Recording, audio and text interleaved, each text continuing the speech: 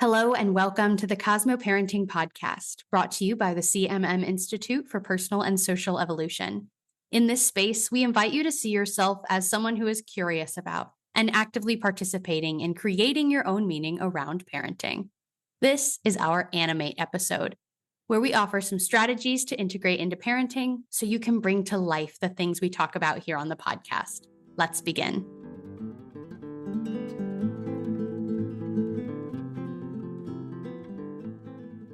Today, I am joined once again by gifted educator Stephanie Higgs to offer us a best practice from a teacher's perspective. Hello, Stephanie. Hey, Abbie. So, Stephanie, this month has been all about moral forces. What is the practice that you are offering us today around moral forces? A heart map is a great tool to use with kids of any age. Obviously, the product will look different depending on the age of the child, but I want you to think about a heart map almost like a vision board. This is a way for a kid to visualize and map out the makeup of their heart. So, for an older kid, this could look like fractions and percentages. What fills their heart? Is it 10% love of friends and 20% love of video games and 30% a love of the family pet? So on and so forth. For a young child, this may be drawing a heart on a piece of paper and having them illustrate the things that fill up their heart.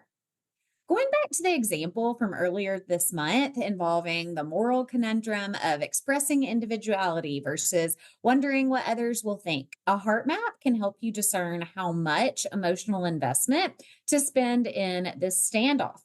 If your toddler loves, values, and prioritizes autonomy and opportunities to shine and do things in creative, unique, and individual ways that other kids their age aren't thinking about, perhaps you start to envision what their heart map looks like. While they may have simply been able to create a quick scribble filled with puppy dogs and parents, you, as the caregiver, can start to envision a more evolved version of their heart map, and you might be able to see that your kiddo really values and prioritizes individual expression.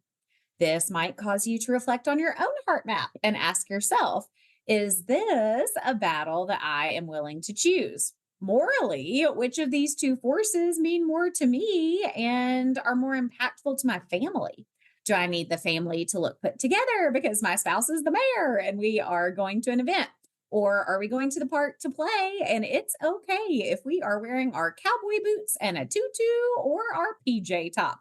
So, where do we want to spend that emotional investment based on what my heart map looks like? What do each of your family members' heart maps look like? And where and when are the times when one takes priority over the other? Or can we find places and times for many of us to shine? Stephanie, yes, this one is so good. And it seems like a practice that you might be tempted to dismiss if you're older than, I don't know, 10 years old. But I would really encourage adults who are parenting to take the time to think about their heart maps and their kids' heart maps for all the reasons you just shared. You know, it's not just a cute little art project or a cute little craft, because with real reflection, you can learn a lot about your priorities and how they align with or bump up against your kids. And like we already talked about, relationships are co created. And so it's really important to make space for and pay attention to both or all of the hearts that are involved in the relationships.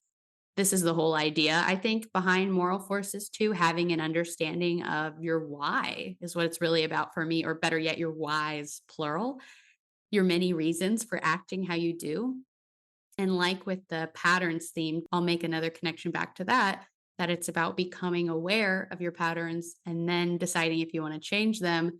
This is kind of similar to that. If you can become aware of your priorities, then you can decide which ones you want to alter, and you can act differently in different situations and kind of be reminded that you have some choices there.